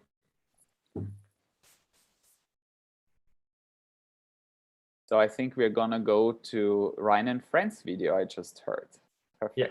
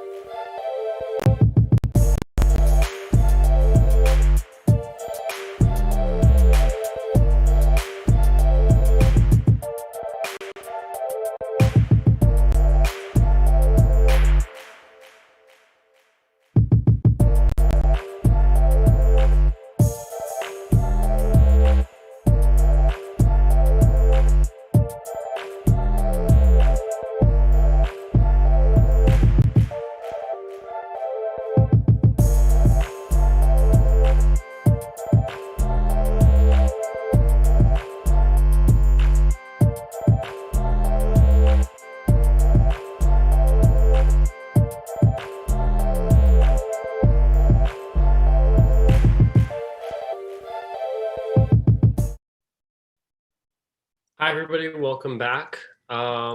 So, Reiner, I'm wondering if you could tell us a little bit about Reiner and Friends. All right, well, very exciting, of course, you know, to have done my first Ryan and Friends, to have done the first big ballet event in Prescott, Arizona. Ken and also James, they're like us three, and of course Lungani and many other people. You know, it was a lot. It was a lot to put together, but I do think it was a beautiful time. It was a great success. It's always, we learned a lot from it, and yeah, I was mostly responsible. Really, Ken left me always the artistic things. He put it all in my hands, and as I said, I took, for the first time, just because, again, logistically, you know, it's better everyone arrives at the same time. Miami City Ballet couldn't do necessarily international dancers because of COVID and the regulations. So we were 8 dancers. I think it was, I hope, but I heard good feedback. It was a good program. We had great time. Everybody was happy. All the dancers, even now, they speak about it, and you know, they said, "Oh, thank you." And it was so nice, and it was finally being back in a theater. And you know, we haven't been in the US in a theater for like a year and a half. So that was very beautiful and very special, and it was nice to do it in Prescott. You know, obviously the new home for the Magofontein Academy of Ballet, and you know, to start. And I was very proud to do it with under my name. And yeah, was a fun, great tour. Small little things, of course, happened during the performance, but you know, that's life. Like, it's always like that, you know. That's the big difference, I always say, to cinema and movie theaters, where they just like another track, you know, and to make it look like everything is perfect. But life is always different, and I think, yeah. Right. But those little things that we get wrong on stage are probably the only ones who notice them as performers. Of course, there's so many things probably the audience just would never know that you made a mistake. Exactly. Yeah. I'm curious also, would you say that there is a surplus of dancers right now, more than productions would allow? Where do you think we're at in that situation? Say again? A surplus of dancers. Do you feel like we have plenty of dancers, and maybe more dancers than there are actually available roles in productions? Definitely. I do think that there's still a lot of dancers, a lot of kids, a lot of students. Many people, the parents still, you know, send either for as a hobby, not maybe in the beginning as doing it as a professional or wanting to become a professional, but at least as a hobby. Let's call it like that. So I do think the schools fill up very easily. Let's put COVID on the side now, because now with social distance, it's all different, but in general. But unfortunately, you know, everywhere in every city, every country is cutting budgets, and you do see that many companies start to reduce dancers, start to, you know, cut positions, maybe even close. I hear you have some theaters, some little companies who close. Because, so I do think it's a big problem nowadays. It was already, if I think back to the generation of my parents, you know, who had life contracts still. You have to imagine, my mother and father, they went into pension when they were like 44 or 42, because that was their job. You know, they did it from the youth till the end, and that was their profession. And then, of course, you can't do it after a certain age, so you go into pension. And you just get paid from the government your pension. And now, you know, my generation, there is no life contract anymore. Scandinavia still has it, but in general, no more life contracts, and we all have to work until 65 or whatever, 68.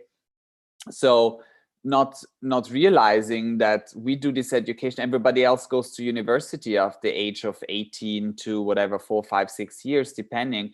we actually started to work already with 18, you know, so because our education is before, nobody really considers that. But and now you have the people who I think it's very hard to become a dancer. You have to even more, it matters that you're in the right school, that you have the right teachers who really put the talent, who really work with you.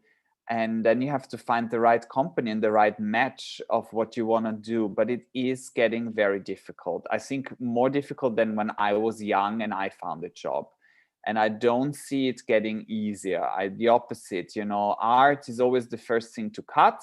Soccer we keep, skiing we keep, Formula One we keep, sports, baseball, basketball, you know, they earn more and more and more $1 million. But the artists in general, I think mostly, you know, is always on the edge to be. Yes. There was in the Prix de Lausanne, pardon my absence there for a moment. I got a notice from my service provider that they were having a nationwide blackout, but they got over it. So I'm back. One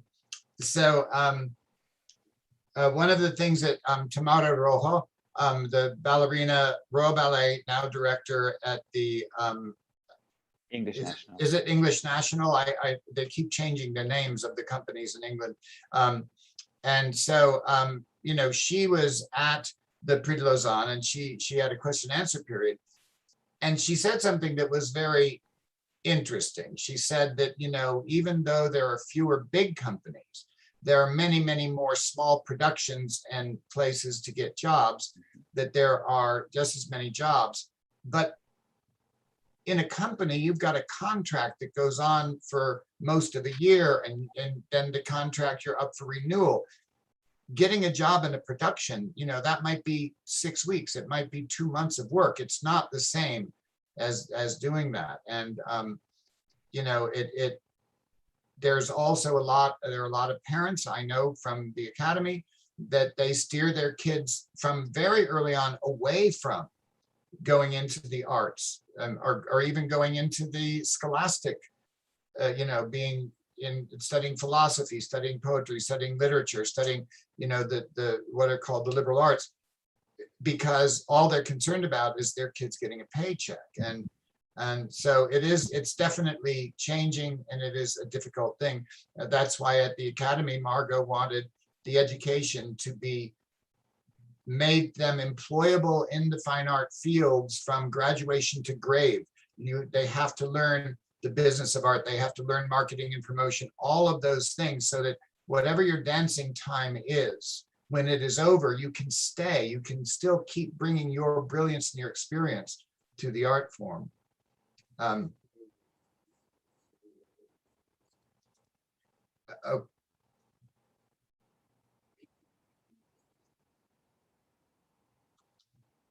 Pipo. I'm sorry, I muted my microphone because I have a desk that cranks all the time. And then it shakes and everybody thinks there's an earthquake in Germany, but there isn't. Okay, so I'm wondering, there's 2 questions I have on my mind, okay?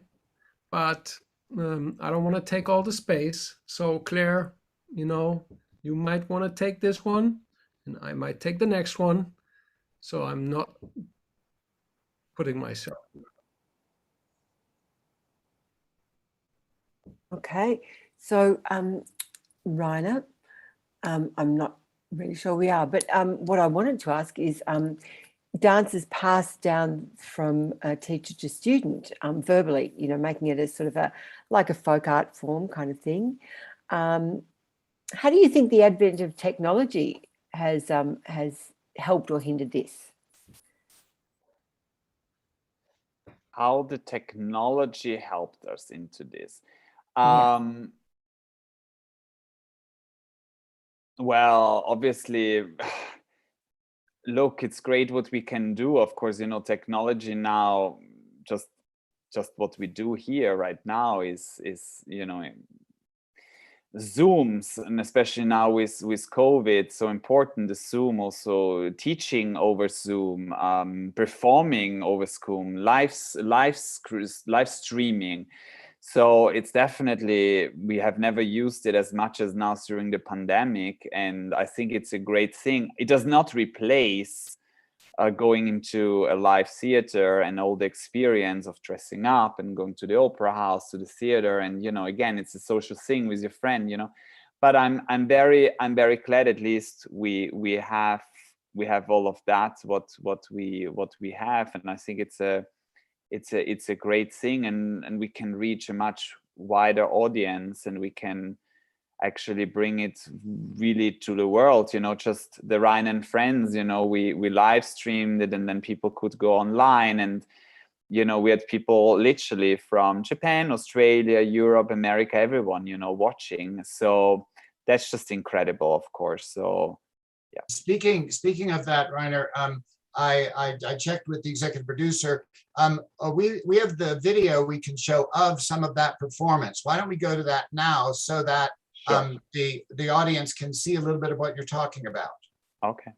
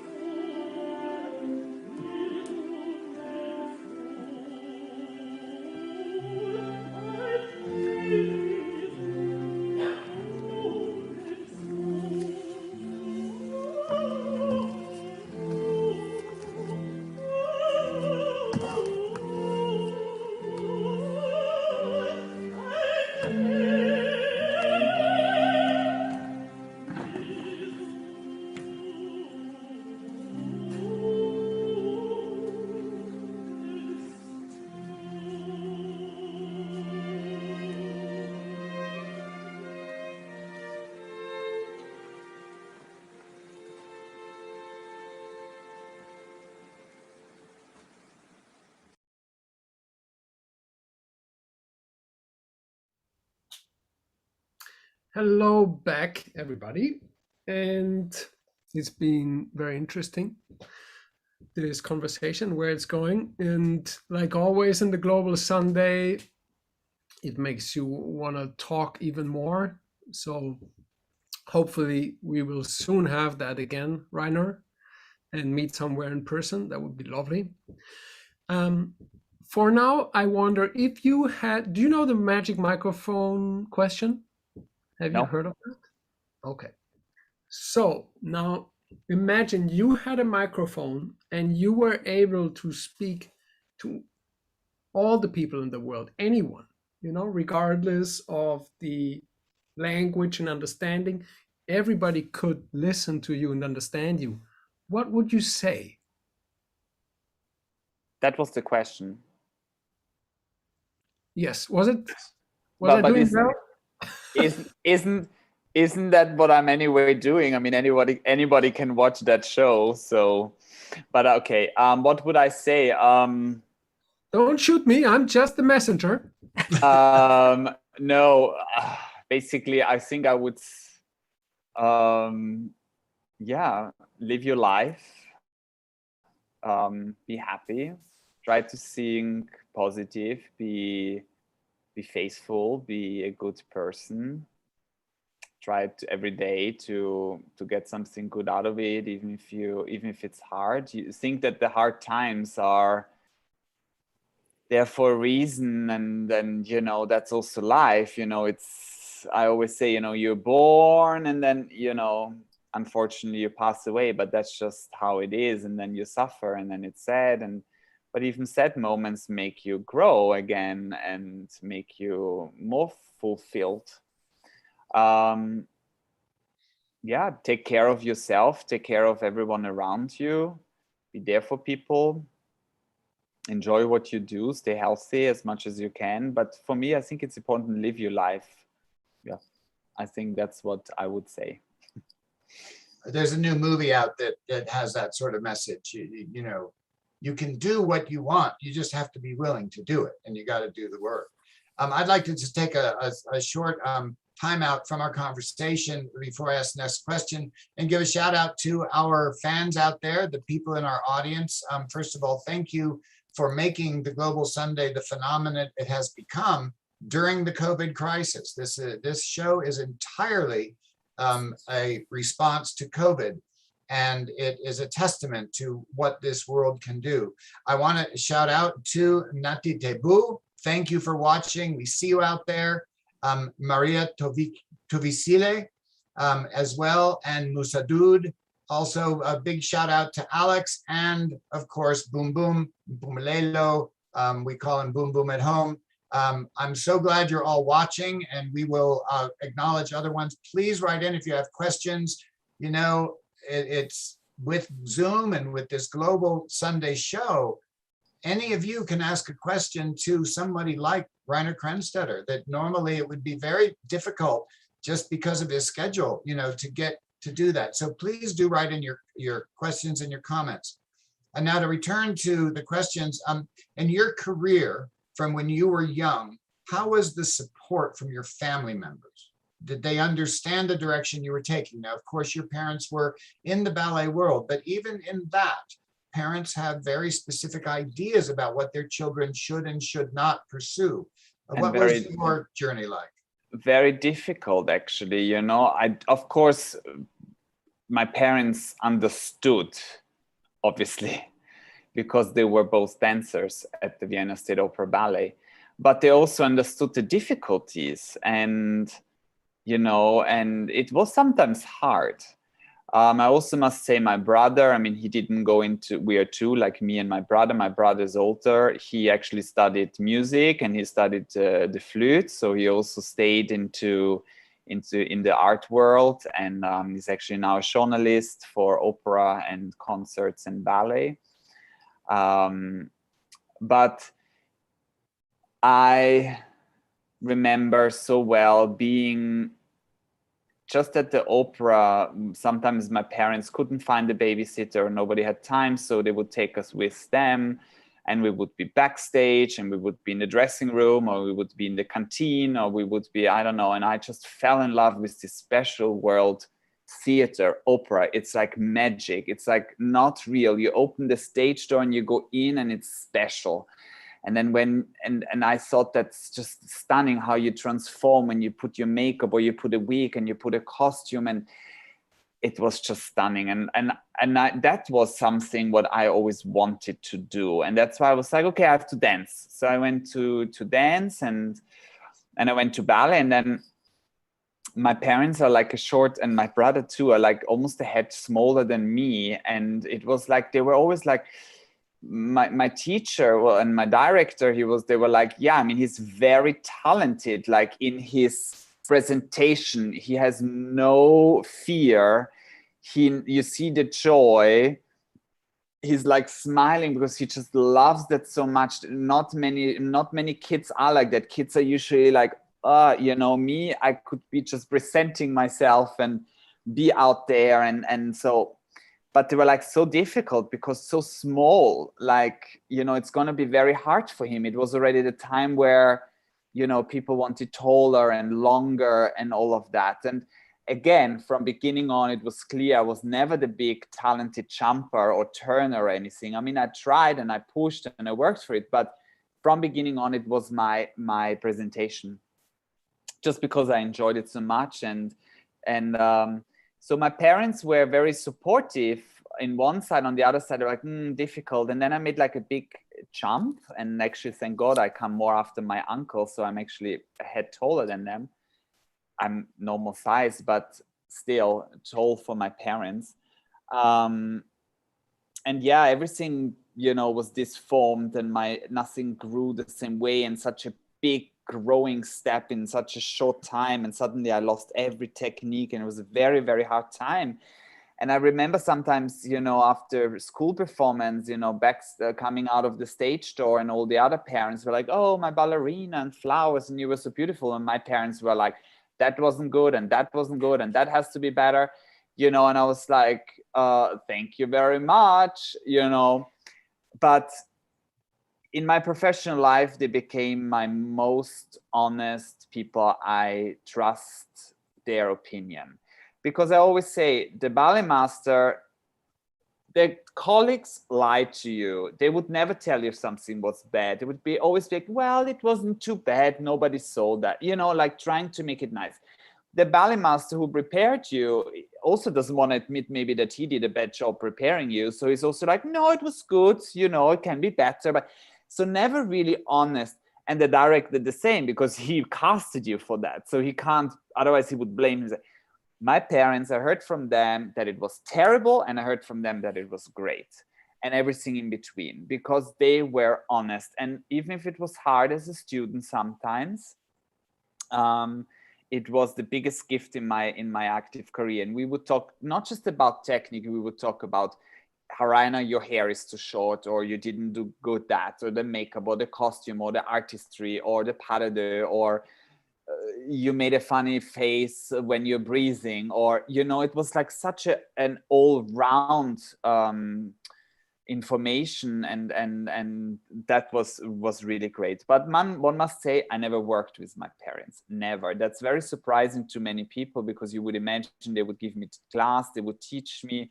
I never did. Everything was verbally.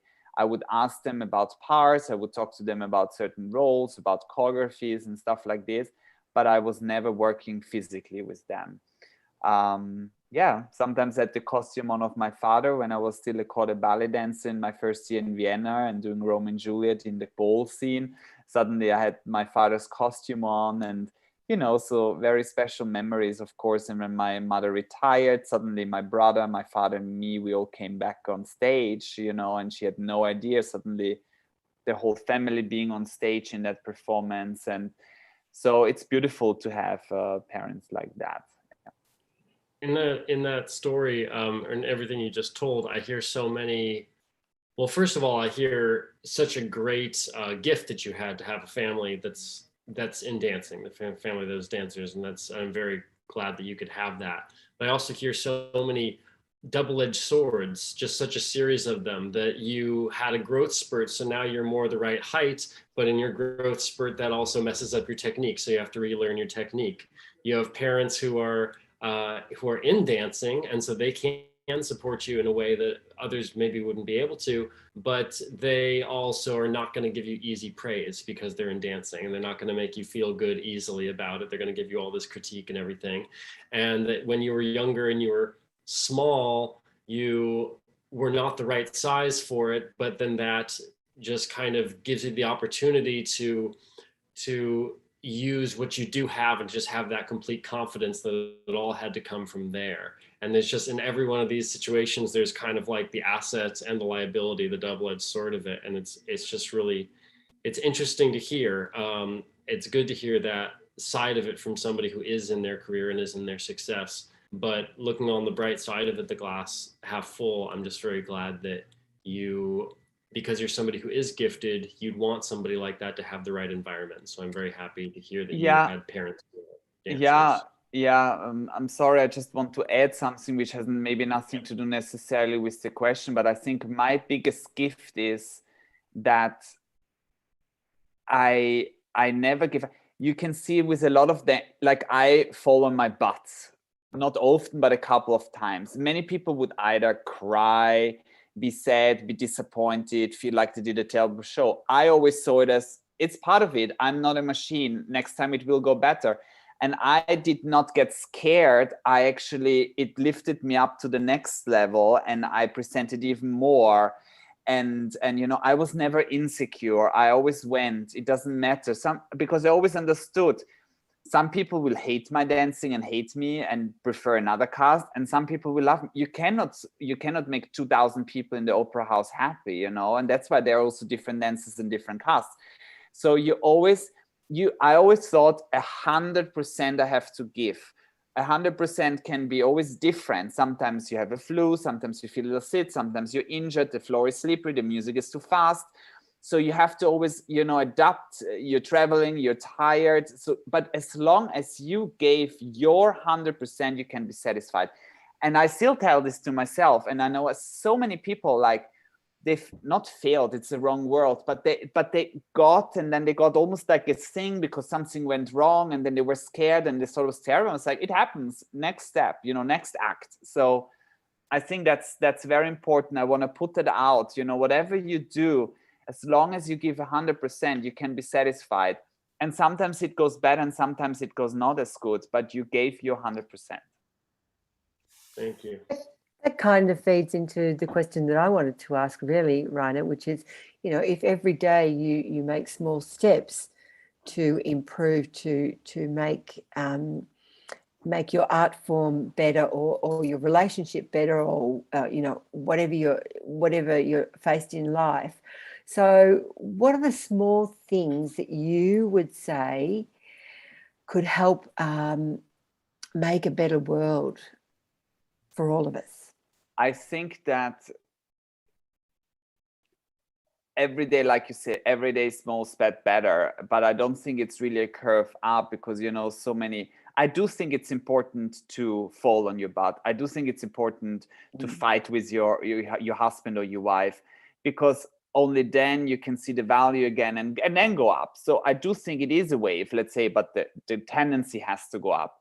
So it's not just, so even when something is not as good, just try to take the positive out of the bed. Does this kind of make sense? I think that's very important. And, you know, sometimes it's very hard to see that. I remember, you know, when my father passed away, or, you know, that's not a nice thing. And again, it's so, it's life. I do think we cannot, it's life, you know, relationships, you know, heartbreaking breakups, and, you know, and you think it's the end of the world, but actually the stupid sentence, one door closes, the next one opens. Maybe not immediately, but at least you're free for maybe something better what matches. And I think the most important is always that you think, what would you want, so that you should give the other, and that you should understand the other person. So don't take it for granted. Maybe not taking things for granted, like to actually always think that it's special. And, sometimes I wake up and, I have a view to Miami and to the beach and everything. And I'm just like, every morning, it's like a thing already. I wake up and I'm like, I'm so grateful because that's so beautiful. Or just walking the dog. And sometimes, of course, you're like, oh, I don't want to go down. I'm tired. No, you're like, I'm so happy. So it's always a mental, yeah. But it's also human to sometimes be just like, today, these days. Very articulate.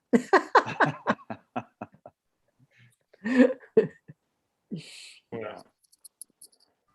Damon, I believe you have got a Reiner, question. where can our audience watch the Reiner and Friends? Yeah, I do. Reiner, where can our audience watch the Reiner and Friends Ballet Gala event, and how can they contact you? That's maybe a question I'm gonna pass on to Ken, because I know Ken and Lungani and so on, they are doing all of that. Again, me and technology are not the best friends, so I'm not really involved with that. Maybe Ken can answer it. Well, the Reiner and Friends Ballet Gala video we will be making it available to the public periodically. So if you are interested, please write into the comments below that you have an interest, and we'll put you on the contact list for that. But I think that the other thing in the question was, if somebody would like to contact you in some way through Instagram or something like that, what is the way that they would contact you? A fan would be able to contact you? I think the best way is through Instagram. For a long time, I didn't have it until my husband was like, you need Instagram, you need Facebook. And I was already, 1 or 2 years in the US, and was like, no, I don't need that. Like anybody, I have so many people I know, and it's enough. And I don't like this presenting myself. And he said, no, you have to do that. And also for your work. And, he's a bit younger than me, so different generation. So I did that. So yes, if someone wants to reach out to me, it's my Instagram, and it's actually my name. So nothing, nothing special. And yeah.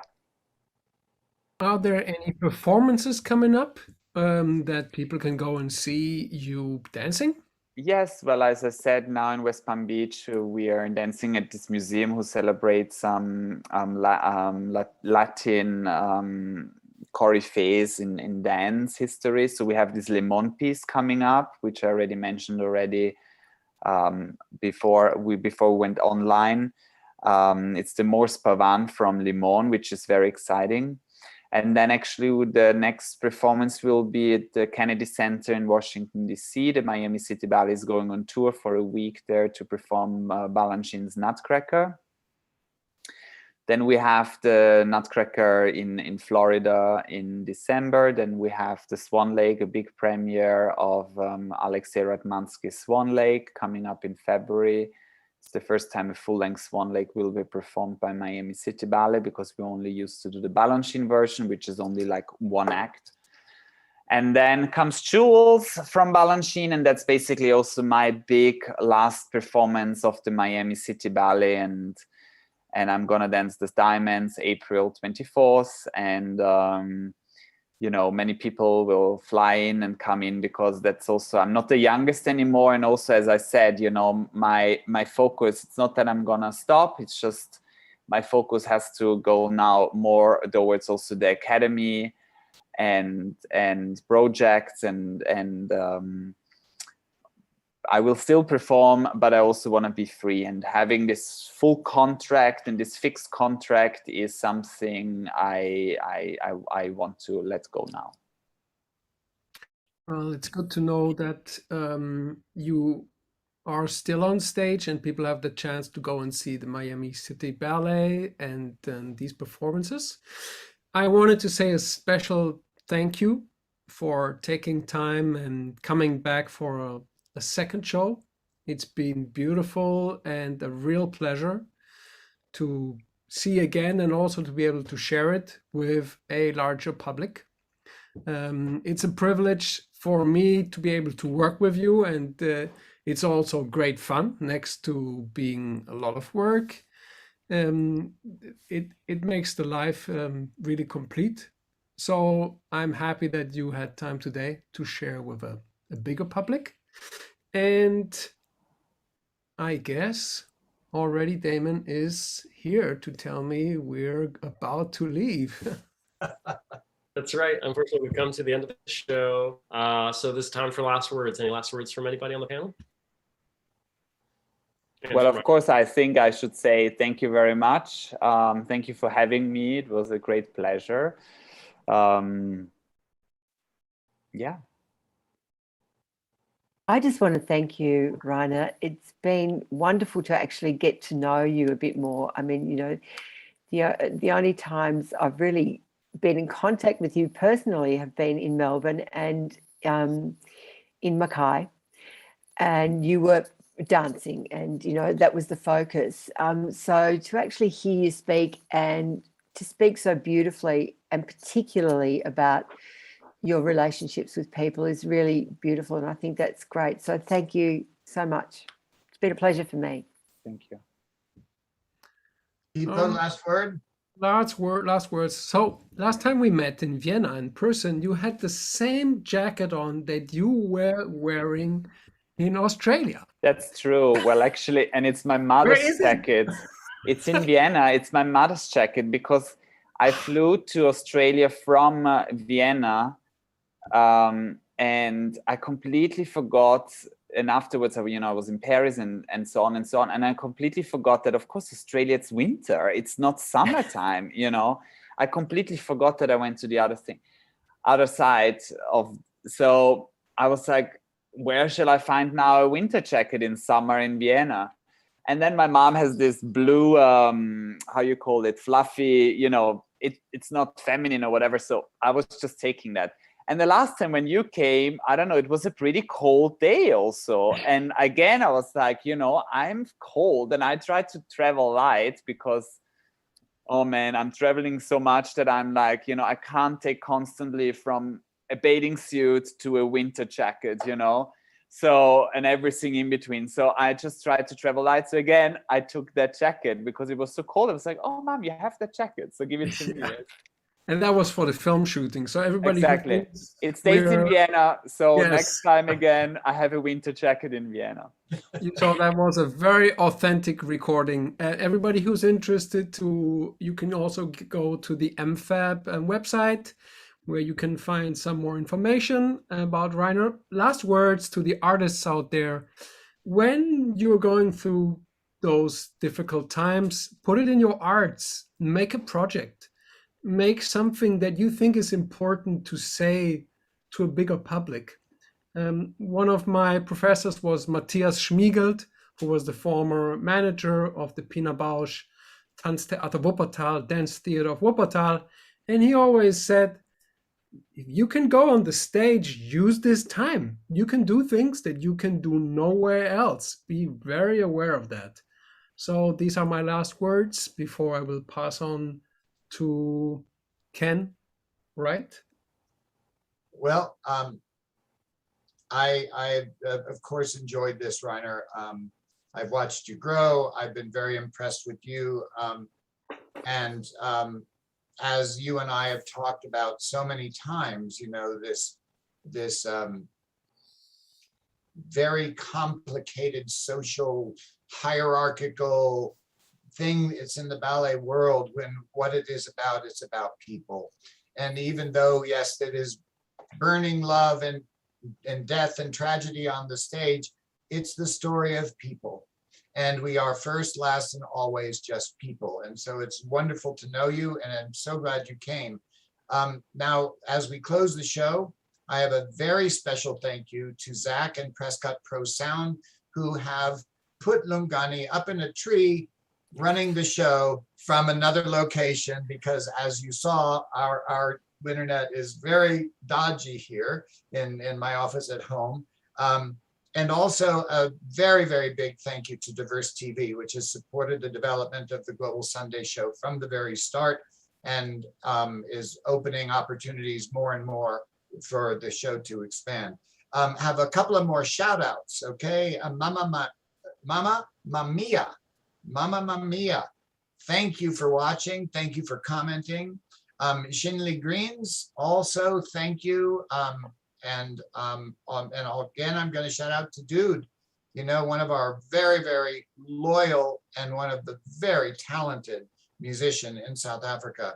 And then Zach Drake, the man, not just, he's from Prescott Pro Sound, but Zach Drake is what made today's show actually possible. So Zach, thank you so much. And so from all of us to all of you, this is the Global Sunday Show, and we'll see you next week. Bye-bye.